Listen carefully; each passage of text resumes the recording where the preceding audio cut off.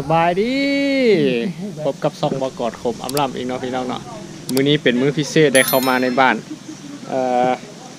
สิมาภารกิจก็คือแม่ใช้ให้มาตัดกกพร้าวกับกกม่วงนี่ทีมงานนี่อันนี้ลุงใหญ่เฮาลุงห้องลุงใหญ่เฮานี่นะลุงใหญ่เฮามาช่วยตัดกกไม้มื้อนี้มาติดตามเบิ่งบรรยากาศตัดมื้อนี้ก็คือนั้นเลยกกม่วงโอ้หลายปีแล้วตั้งแต่ตอนบ่ก่อนยังน้อยเลยแล้วก็กกพร้าวซึ่งว่ายานจะยานมันหักใส่เฮือนกับเจ้าเนาะเพราะว่ายามนี้มันลมเนี่ยนะภารกิจมื้อนี้เขาต้องปั๊มตรงไม้2กกนี้ให้มันลงเอามาติดตามกันเด้ออันนั้นท่านพ่อเราต้องท่าไกลๆอยู่ไกลบ่ได้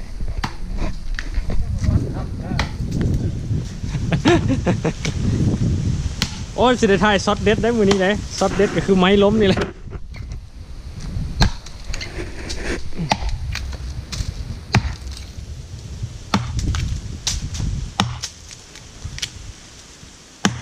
พวกม่วงนี่เขาดึงเขาสึกได้ที่โอ้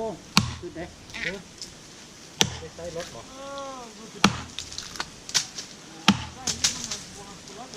ที่เลยเป็นม้าหันตีม้าไอ้เขาหันตีโอ้แล้วเขามาเลยบริษัทจ้ะเขามาในห้องฝ่ายชาตินะเอาคนเข้ามาก็ได้เลยบ่ถ้ามันยังขาดเราก็ย่อคนไว้ไปไว้มาเข้าไปรถนะเอาแป๊บนึงออกหัวนี่นะเจนี่นะออกมาพ่อนี่นะเจตะไคร่นี่นะออกเพื่อนรถไถชิเล่เขาไปหาเงินไหนเพื่อนเอามาบักนี่กูจะออกเข้ามาดอกบรรยากาศการติดตั้ง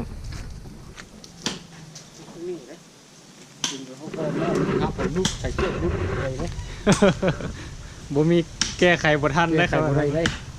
ลูกขึ้นลูกแล้วแต่ปัญหาเด้วะยาแต่ขาดมันนี่ละโอ้ก็บ่ได้นักพอวิลตีอันนี้สิบุลุกท่านมาทางนี้มันบุฟาดแบบนี้เหรอ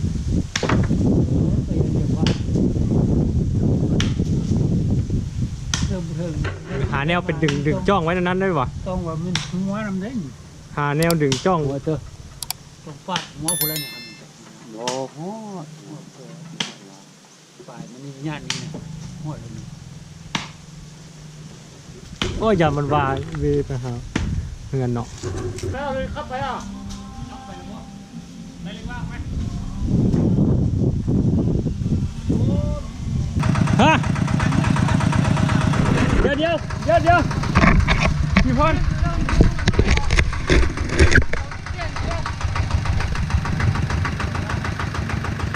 ได้ป่ะ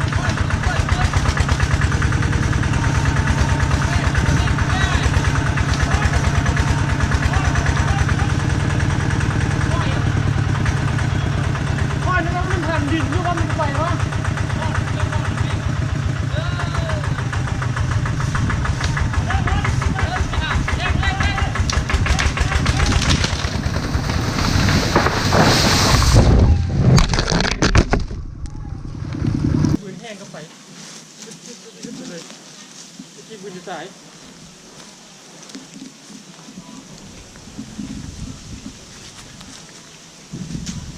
เป็นไงจ๊ะมัดมันเลิกเป็นเอกสารเข้าใจที่มันได้อ๋อพบเข้าใจที่มันก่อนอันนี้เป็นการขั้นตอนการติดตั้งรถไถดึงเนาะเพราะว่าจะไปด้านนั้นมันจะตกถึงเฮือนเขาต้องเอารถไถดึงให้มันลงมาในมุมนี้ยศพอนแต่ว่ากกมะพร้าวมันจะเนื้อไปทางนั้นนะเนื้อไปทางนั้นหลายกว่าแล้วก็มีลมอีกภารกิจเฮาตอนนี้ก็คือต้องให้มันมาให้มันฮักในมุมนี้ต้องใช้รถไถแก่แต่ว่าอันนี้เป็นซ่องแคบกระฝาเฮือน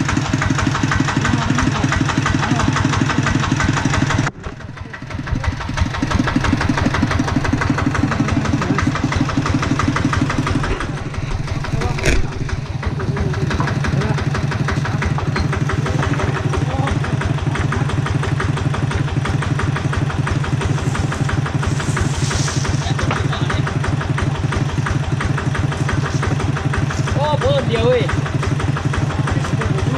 โอ้ดูก็หลายคนนะ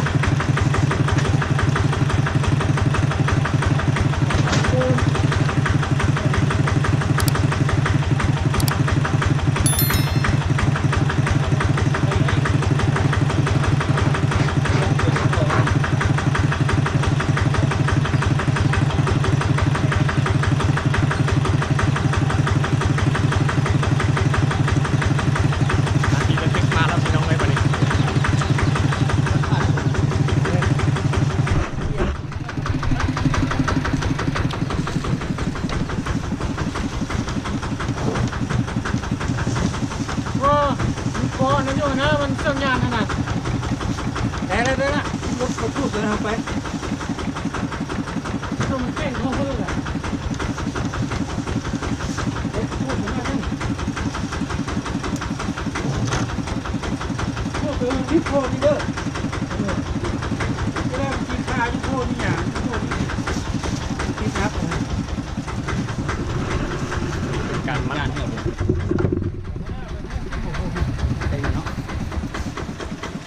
คนนึงนะไปอะไรมายังเอาแล้วแม่ขึ้นได้สิวะตอนนี้กำลังทำการนั้นเนาะบล็อกเขาเดี๋ยวเขาซิ้งเบื้องนาทีกันที่ลงมานี่แหละติดตั้งเรียบร้อยแล้วอุปกรณ์เขาตั้งเรียบร้อยแล้วต่อไปน้องชายก็ติดรถไถแล้วก็ดึงมันอันนี้แล้วก็ก่อนที่จะดึงทางนั้นกับลุงให้มันลงบึ้มเลยนี่ให้มันลงทางข้างเพื่อนเลยมันรุ่นน้ำหนักได้ครับติดไปเลยเอานาทีระทึกสิมาแล้วพี่น้อง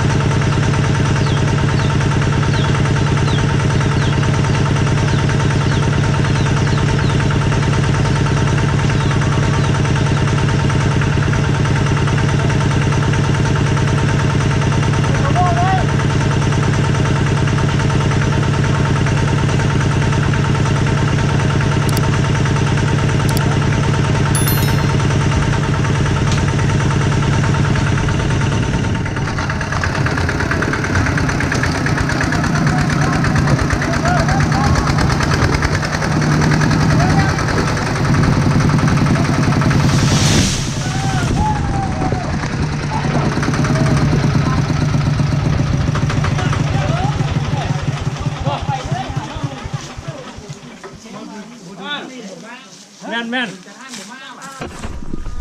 มุนกบเลยน้องเอ้ย งามขนาดเลยพอดีเจ๋หัวลุงเลย เก็บ ถามว่าขั้นบนเฮ็ดให้มันไปข้างหัวของผมก็ฮะขั้นว่าดึงเคลื่อนเขาพลาด พอ มา มันก็ได้ลุง เอาเลยเนี่ย ก่อนเดี๋ยวพูดเลยนวดกินพวกลุงจ่าได้ครับผมมีคนจ้องหุ้นไปอีหลีเลย ข้างลาย จ่าขนาด พ่อลงมามินขนาดเนาะ โอ้ยย้อนลุงห้องบ่ขึ้นว่าไปจ้องทั้งนั้นเนาะลุงเทละบุรอดเทเอาพอลุงบอกเขานี่เท่าไร อ่ะนวดมา2ก็เห็นเลยเดี๋ยวนี้ ไปรวมเมื่อโอเค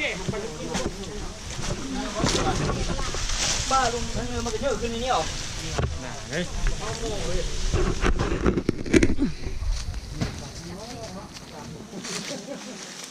เขาเยอะถ้าพันเนื้อมันก็บุมีเล็กเด็กก่อนนะมีพาเหรอพาไปนึงก็ดิเดี๋ยวจ้ะฮะอยู่กันเลยลุง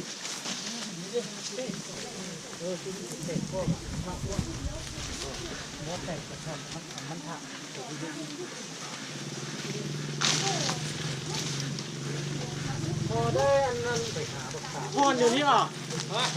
อันนี้นะเราจะห้อนเดี๋ยวนี้เลยอ่ะห้อนเดี๋ยวจ้ะ ตัดใบเอาเลยนะ มาจะลุงมาจะ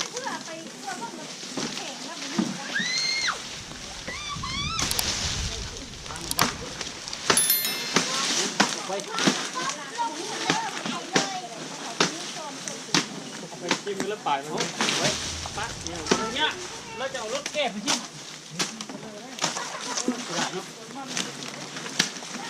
อุ้มหน่อยใหญ่กันใหญ่ ที่นั่นน้องเอาเรื่องไหนนี่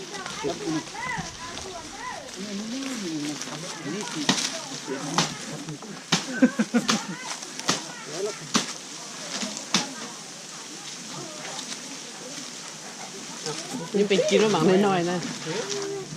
มันน้อยมันเอาน้ำเฉพาะต้องพูดตัวเรื่องน้ำแล้วก็จะเอาออกมา ยังอ้อนพอดีคู่หนึ่งมันจะแตกขานี่เลย พัดตื่นท่านที่ผมเล่นท่านแล้ว ขนาดมากให้ก็ได้ไม่ได้